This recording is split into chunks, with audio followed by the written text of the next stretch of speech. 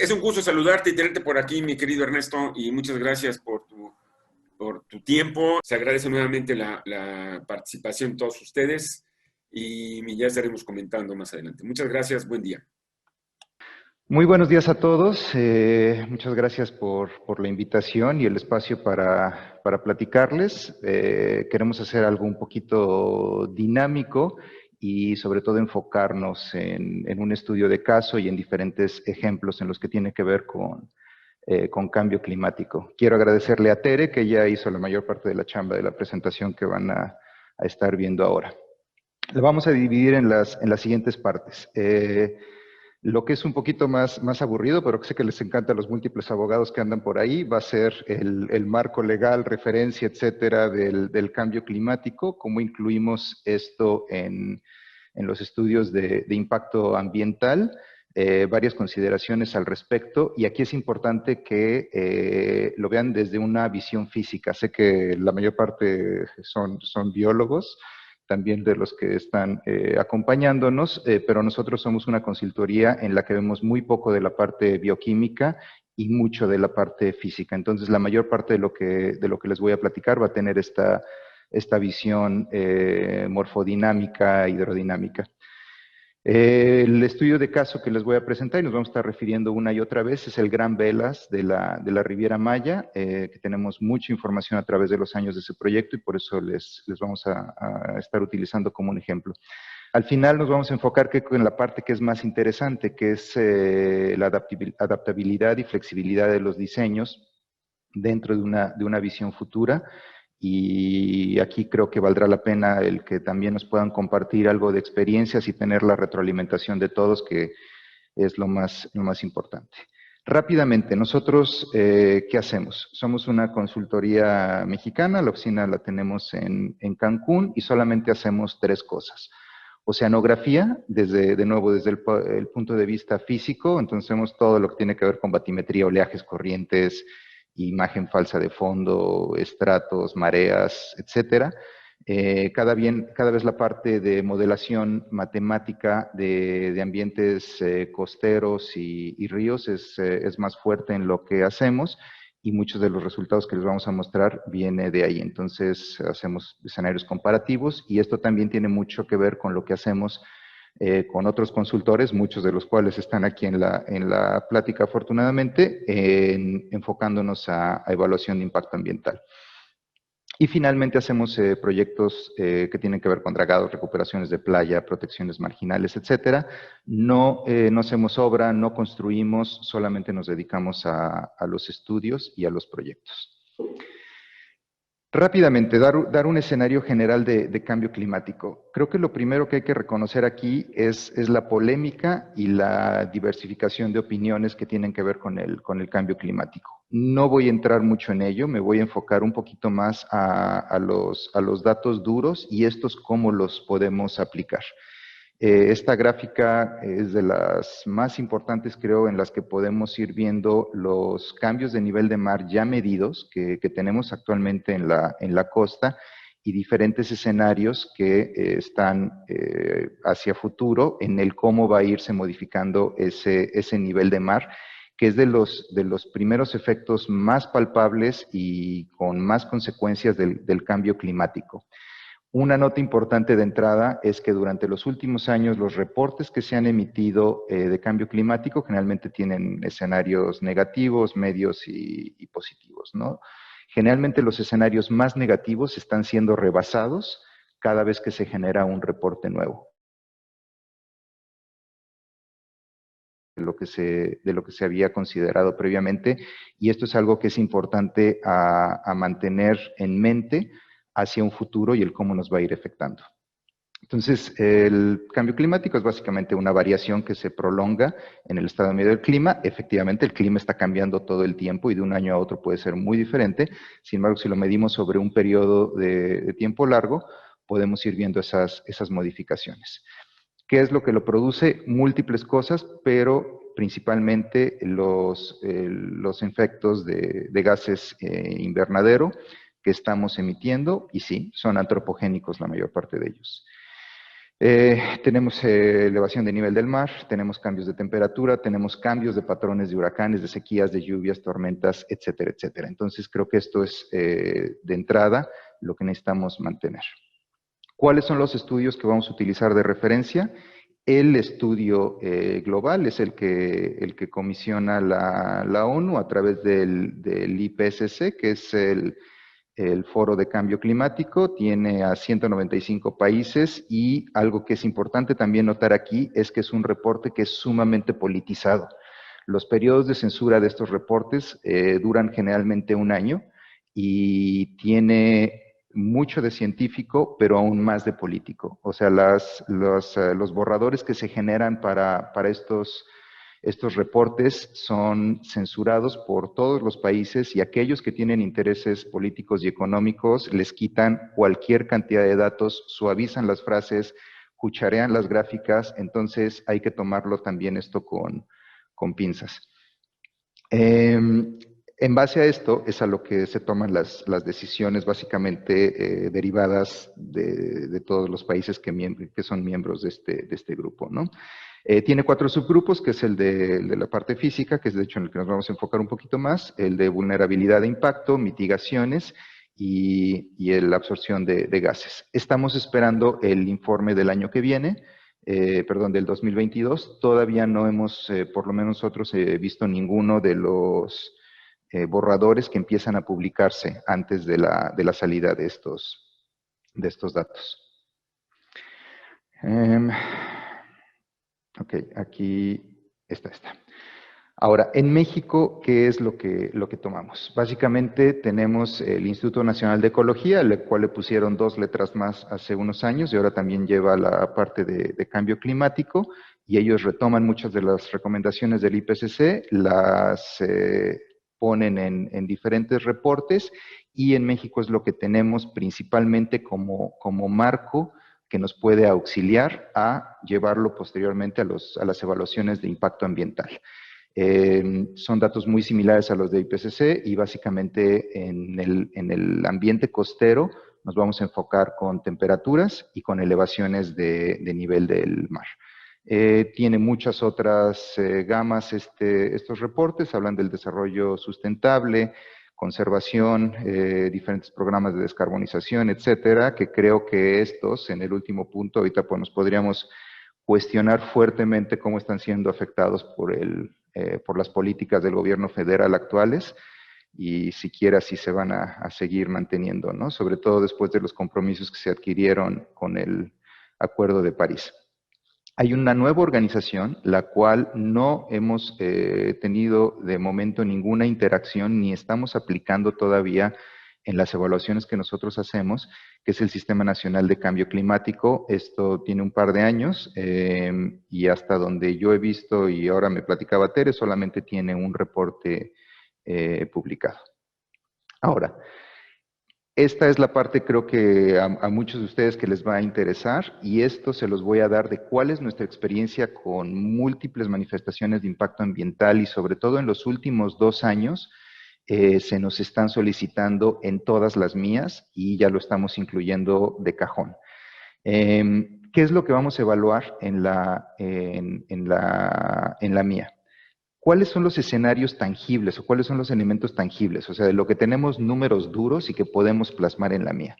Escenarios de elevación de nivel del mar. Eso es el primero. Y estos es importante que los combinemos con cuál es el movimiento tectónico de esa zona, porque en general estamos hablando de milímetros por año, aunque en muchos lugares sí son centímetros por año, desgraciadamente, pero esta combinación, cuando tienes el peor de los 2 escenarios, en que el movimiento tectónico está bajando la placa de esa zona y la elevación del mar está subiendo, se combinan los dos. Y aquí les doy una liga que les puede ser interesante, esta de Clean Systems.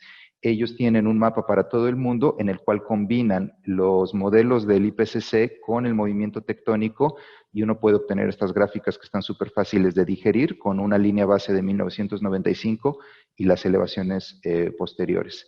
Esta zona de Mérida, por diferentes razones, es de las más afectadas aquí alrededor de donde sería Telchac o el puerto de Progreso. Tenemos escenarios de elevación de temperatura, estos los podemos aplicar de diferente forma, pero generalmente nosotros tratamos solamente de mencionarlos y no incluirlos en el proceso, y ahora les explico por qué. Y los diferentes análisis de retrocesos de costa. Esto si no tenemos buena fotogrametría, foto satelital o levantamientos topográficos, la verdad es que son nada más especulativos, entonces va a depender mucho de qué herramientas tenemos para evaluar el retroceso de costa. Y de ahí podríamos pasar a una serie de intangibles. Y les llamo intangibles porque no tenemos números duros para evaluarlos. ¿Cuál es la intensidad de las tormentas? ¿O cuál es el incremento de frecuencia de las tormentas? Hasta hace unos años se estaba jugando con las dos dependiendo de estadísticamente cómo se manejaban las cosas. Pero la mayor parte de los reportes del último par de años solamente hablan de un incremento de intensidad de tormentas, tanto de la fuerza cinética que obtiene la tormenta al final, como de su velocidad en la que incrementa esa potencia. Aquí hay un concepto también rápido que es interesante. O sea, podemos hablar de una tormenta que no tiene una categoría Saffir-Simpson tan alta como pudo haber sido Kena o alguna de estas en su momento, que eran categoría 2 o categoría 3, pero tiene una extensión muy grande, se van moviendo muy lento y pueden mover una gran cantidad de agua y crear oleajes sobre elevaciones muy intensas y causar muchos daños. O podemos tener tormentas como alguna que pegó muy cerca de Puerto Vallarta hace un par de años, que era una categoría 5, pero una tormenta muy, muy, muy chiquita, se movía muy rápido y básicamente pasó inadvertida con todo el mundo súper guarecido en los diferentes refugios. Entonces es importante que consideremos eso. La categoría de la tormenta no lo dice todo, hay mucho más allá atrás, ¿no? Las zonas arrecifales están desapareciendo, voy a hablar mucho al respecto al rato. Los patrones de lluvia se están modificando, los sedimentos también se están modificando en cómo están disponibles, y de ahí tenemos efectos en la población, en la flora, en la fauna, en el recurso de agua, etcétera, etcétera. Y aquí el cuestionamiento es hasta dónde vamos a llegar en la evaluación. Nuestra experiencia es que hay que hacerlo tan simple y puntual como sea posible para tratar de evitar toda esta polémica. ¿Qué datos duros tenemos? Esos los reflejamos, hacemos nuestras evaluaciones de mediano y de largo plazo y hasta ahí nos acotamos. Y en general, la de gira, con esto se da por bien servida. Ellos cumplen con su requisito de evaluación de cambio climático y ya no nos metemos en mayores problemáticas. Ahora sí, voy a hablar de algunas cosas de efectos más prácticos y que sí incluimos en las evaluaciones que nosotros hacemos para proyectos y no necesariamente ponemos en el capítulo o en el subcapítulo en el cual hablamos de cambio climático. El primero es la modificación de aporte y acarreo de sedimentos. Básicamente los sedimentos que llegan a la costa son de dos fuentes, o son biogénicos o son terrígenos. Los terrígenos son los que nos traen los ríos, los de las rocas que se van erosionando y se van rompiendo, y de ahí se nos hace la arena. La mayor parte del Pacífico y de la península de Baja California es terrígena. Aquí hay un ejemplo de la zona de barriles, en la cual tenemos una foto de Google Earth de 2 diferentes años, en los cuales estos arroyos que solamente trabajan cuando tenemos precipitaciones importantes, o sea, una lluviecita no mueve sedimentos, sino solamente las grandes tormentas de esta época, cuando pasan por esa zona, causan acumulaciones que son lo suficientemente fuertes para que se nos sature la zona y empecemos a tener escurrimientos superficiales y estos arroyos trabajen. Obviamente hay una disponibilidad de sedimentos fuertísima en estas zonas desérticas, el agua las arrastra, llegan hasta la costa, y una vez que llegan a la costa, forman pequeños deltas que después viene el oleaje y las corrientes y lo redistribuyen en las playas. Entonces, podemos tener diferencias fuertísimas de un año a otro, y además estamos empezando a tener afectaciones muy fuertes por extracciones de sedimento. Tenemos un caso de un proyecto que teníamos en la zona de Ixtapa, en la cual una playa de 2 kilómetros llevaba ya 10 años con una erosión muy fuerte, y lo que nos encontramos es que el motivo de la erosión es que estaba haciendo la extracción de pétreos en el río aguas arriba, abusada de una forma impresionante. Entonces tenías ahí 5, 6, 7 compañías que estaban sacando arena y grava del río para construcción, y esta arena y grava ya no llegaba a la costa, además de exponer el acuífero y una serie de problemas más, ¿no? Entonces, no nos llegaba ya sedimento a la costa y obviamente pues estábamos en un periodo erosivo muy, muy fuerte. Aparte tenemos presas, tenemos encauzamientos y tenemos los efectos de cambio climático en los cuales vamos a tener más, menos lluvia. Todo esto nos va a ir afectando el cómo estamos distribuyendo estos sedimentos en la costa. En algunas zonas nos va a causar erosión, en algunas posiblemente no, va a ser el contrario, ¿no? Ahora sí entro al ejemplo de Gran Velas, que es el que les mencionaba. En esta zona, esto está, el Gran Velas Riviera Maya, está al norte de Playa del Carmen y es parte del otro sistema que les mencionaba, que es cuando tenemos un aporte de sedimentos biogénico. O sea, aquí básicamente la arena viene de los corales, ahorita hablo un poquito más, y del ambiente que se crea alrededor de ellos. Les vamos a hablar de un proceso largo. Nosotros empezamos a trabajar en 2007, 2008 con este proyecto, entonces tenemos muy buenos datos de un poquito más de 13 años de seguimiento de este proyecto, y esto nos ha podido hacer un diagnóstico mucho más preciso y algunas cosas de adaptación, que es en lo que nos vamos a enfocar. Primero, ¿cuál es el problema de fondo? La degradación del ambiente coralino, del arrecife, de la laguna que tenemos en la parte de atrás y posteriormente cómo nos afecta a la costa. Entonces, el arrecife, siendo muy simplista, básicamente es una masa grande, la cual tiene un ecosistema sumamente complejo y nos ofrece hacia la costa una protección física en la que el oleaje rompe ahí encima.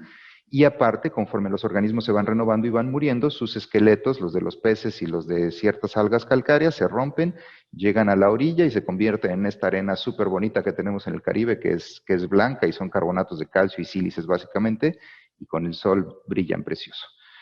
¿Qué pasa? Conforme lo estamos degradando, perdemos tanto la protección como el aporte de los nuevos sedimentos. Entonces, esto es un efecto doble.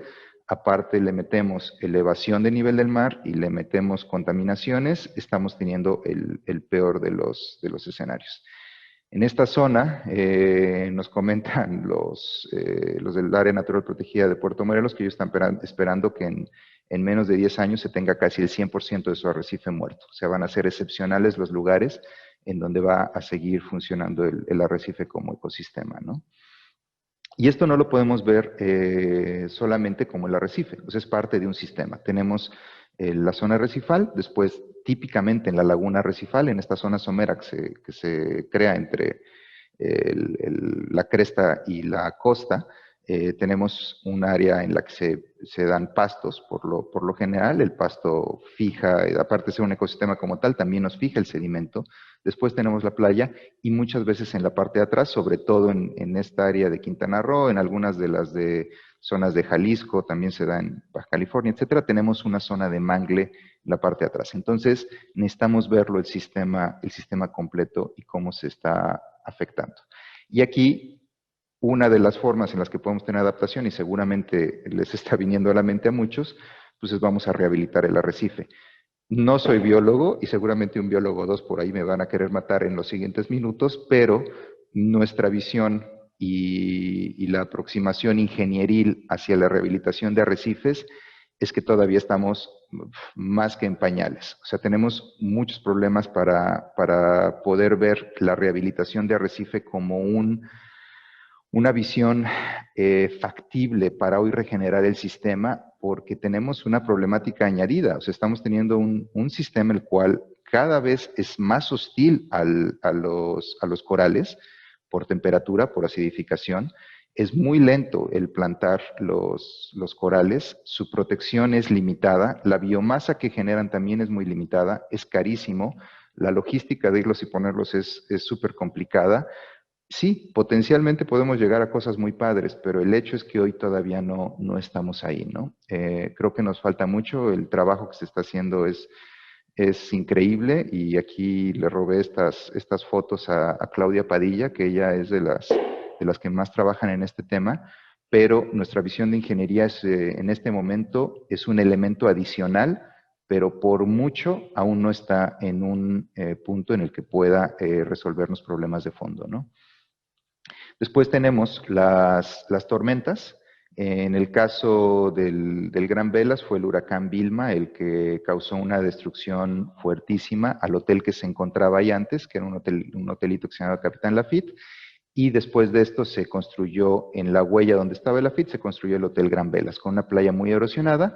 Lo primero que hicimos fue un proyecto, que es el del 2008, en el cual se hizo a base de rompeolas paralelos a la costa. Conceptualmente es mitigar parcialmente la energía del oleaje para permitir que el resto de la arena siga viajando y acumulemos solamente una parte de la arena. Entonces aquí lo que pueden ver son costas un poco más angostas hacia el sur, el ensanchamiento de costa frente al hotel y luego hacia el norte, que es Mayacoba, el cómo continuaba la playa. A través de los años, lo que pasó, pues es que se siguió la tasa de erosión de esta costa, que más o menos en promedio hemos medido nosotros de 1,5 metros de pérdida de costa al año. Sí, es brutal el número. Esto es lo que en promedio se tiene en esta zona y en Puerto Morelos. Hay años en los que no se pierde nada o inclusive se gana, y luego de repente en otro año se vuelve a perder mucho, pero más o menos traemos este promedio. Entonces, conforme se fue haciendo el sedimento más escaso en la zona, se fue elevando el nivel del mar, se fueron construyendo más estructuras alrededor, empezó el sistema de rompeolas que nosotros teníamos planeado a ser no suficiente. Teníamos básicamente una falta de sedimento y una protección que no era lo suficiente. Obviamente no quisimos nunca llegar a un extremo en el que digamos, pues vamos a cerrar este hotel, le metemos 2 espigones a los lados, los rellenamos con arena y adiós, porque entraríamos en un caso como el de Vallarta o algo parecido en que solamente estamos ampliando la problemática a los vecinos. Se hizo un monitoreo muy intenso de varios años. Aquí se fueron monitoreando condiciones de oleaje, que ahora vamos a mencionar, se fueron monitoreando las condiciones de la costa, la hidrodinámica, se pusieron varios instrumentos en la zona, se fueron comparando las mediciones de boyas y de estaciones distantes y virtuales con las reales, y se llegó a un proyecto nuevo, el cual de hecho continúa con uno que tiene también Mayacoba al norte, y lo que trata de replicar es esta zona en la cual hay un arrecife natural que se llama Lafitte. Se trata de replicar una cordillera de forma artificial en donde en algún momento se encontró la cordillera natural del arrecife. Y se reemplazan los pequeños rompeolas que se tienen atrás, y ahora se va a este megaproyecto.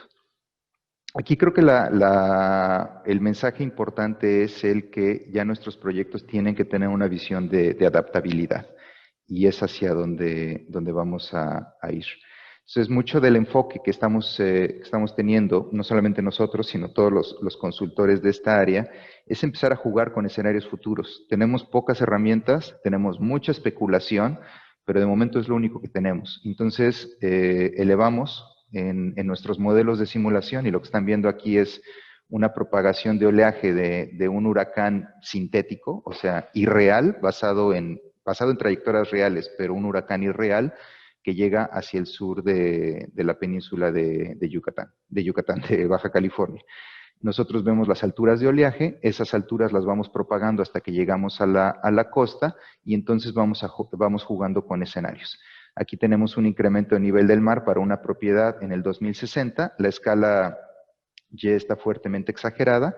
Tenemos aquí unos sistemas de arrecifes y rompeolas, la propiedad, lo que sería la playa, y conforme vamos teniendo el incremento de nivel del mar, vemos que nos va rebasando. Aquí también es muy importante reconocer que los incrementos de nivel del mar se pueden contener si tenemos una costa impermeable. O sea, si tenemos un ambiente en el cual nosotros pongamos alguna estructura y podamos dejar el agua por afuera.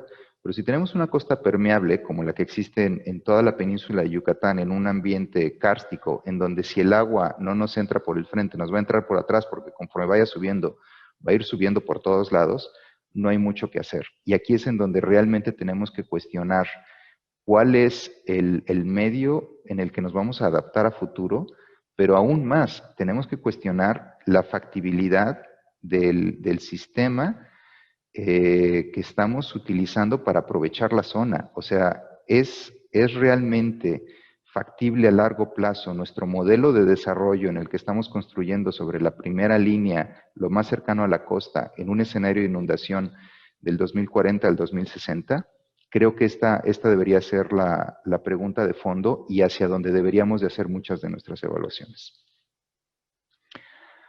Paso a la que sigue.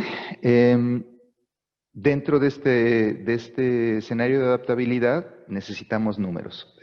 Una gran falta, una de las carencias fuertísimas que tenemos en el país es nuestra falta de infraestructura. O sea, inclusive es una pena, pero los pocos radares que tiene la Conagua, ya la mayor parte de ellos ni siquiera operan. O sea, si uno trata de seguir una tormenta como lo que ahorita se nos está formando aquí enfrente de la península de Yucatán, y uno trata de ver los patrones de lluvia, el radar meteorológico de la CNA de Cancún lleva 2 o 3 años sin operar. Es increíble. Entonces, la poca infraestructura que tenemos está saliendo de operación y nos faltan datos. Y muchos de estos datos, muchos de estos números los tenemos que ir obteniendo de forma privada.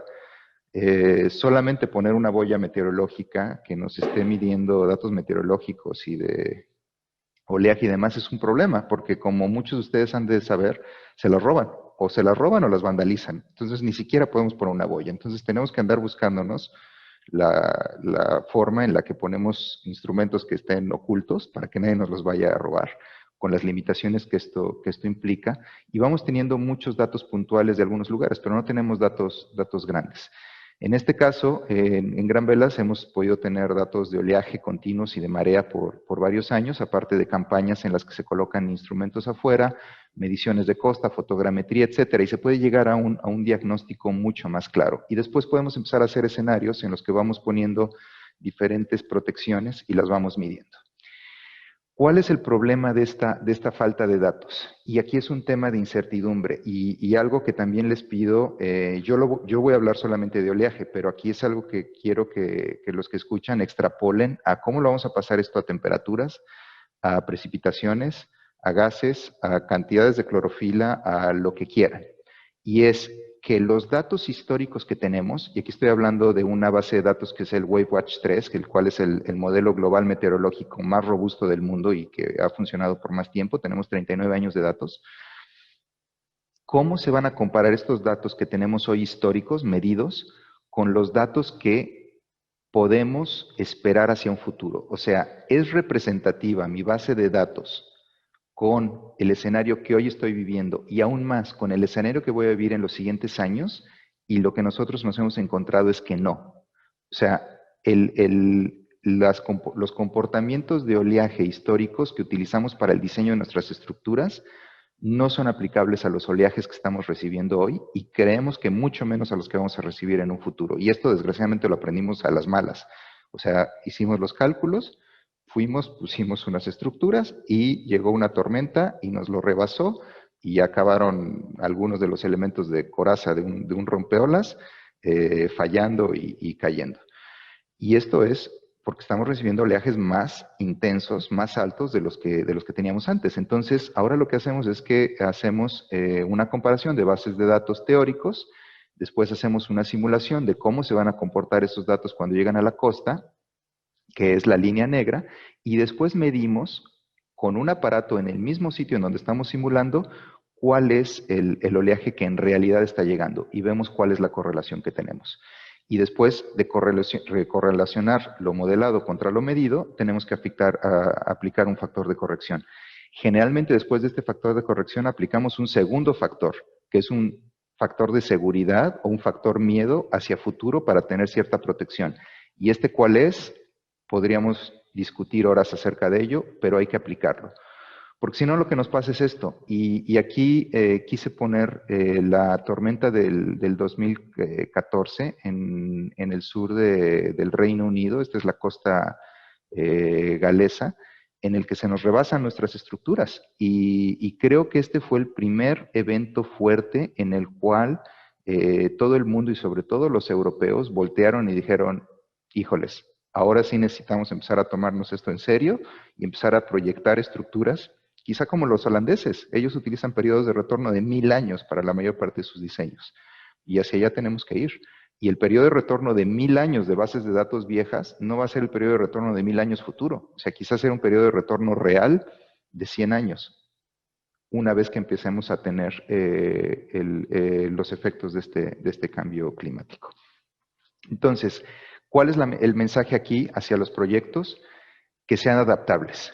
Y después de las experiencias que tuvimos con Gran Velas, les pongo el ejemplo de otro proyecto. Lo hicimos en conjunto con el Instituto de Ingeniería de la UNAM, y lo que estamos haciendo es fases. Estamos teniendo una aproximación de que hoy vamos a tener una protección de la costa, como lo tenemos aquí en la parte de arriba, la fase 1, en lo que estamos poniendo una alimentación artificial de arena, estamos poniendo un sistema de rompeolas, se hace también una rehabilitación, vegetación de duna, pero pensamos en una fase futura, la cual no sabemos cuándo va a ser, pero vamos a estar haciendo un monitoreo y crear un flujo de decisiones basado en el comportamiento de la zona, en la que digamos, ya el comportamiento de oleaje, sedimento, corriente, etcétera, ya rebasó nuestro diseño original. Entonces entramos a una fase 2. Y en esta fase 2 vamos a reforzar aquí al sur con las bolitas azules. Es una zona de un arrecife natural. Vamos a reforzar este arrecife natural y vamos a extender nuestra protección al norte. Y además, si lo pueden ver aquí en la sección, hay unos cubitos de otro color.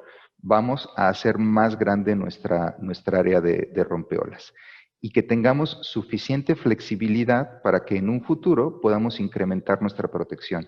Y esto de una vez lo incluimos en la manifestación de impacto ambiental, con cuáles son las dos fases y cuál es nuestro criterio para pasar de uno a otro.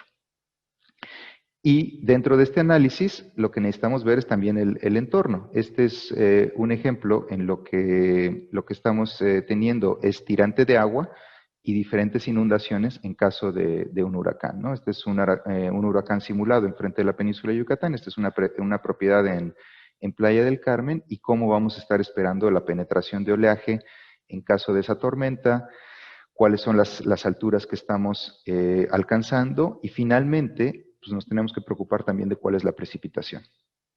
Este es un video un poquito más largo y les platico. A través de los años, algo en lo que hemos estado trabajando mucho es en cómo vamos a unir todos esos diferentes escenarios. O sea, tenemos por un lado un escenario de elevación de nivel del mar.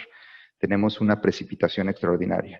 Tenemos un oleaje que nos está llegando por una tormenta. Y aparte tenemos una sobreelevación de marea, que es por el efecto principalmente de la baja presión y del empuje de oleaje, en el que nos va subiendo el nivel del mar en el caso de unas tormentas. Que esto es lo mismo que cuando ustedes agarran su taza de café, le soplan por un lado y el agua la empujan hacia el otro, y del otro lado de la taza se incrementa el nivel de su café.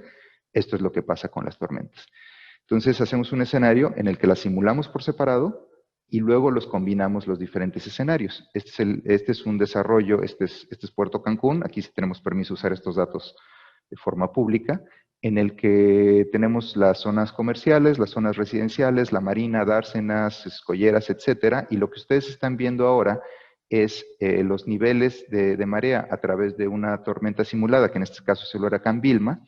Y tenemos también las precipitaciones. Pueden ver los encharcamientos en las diferentes zonas del desarrollo.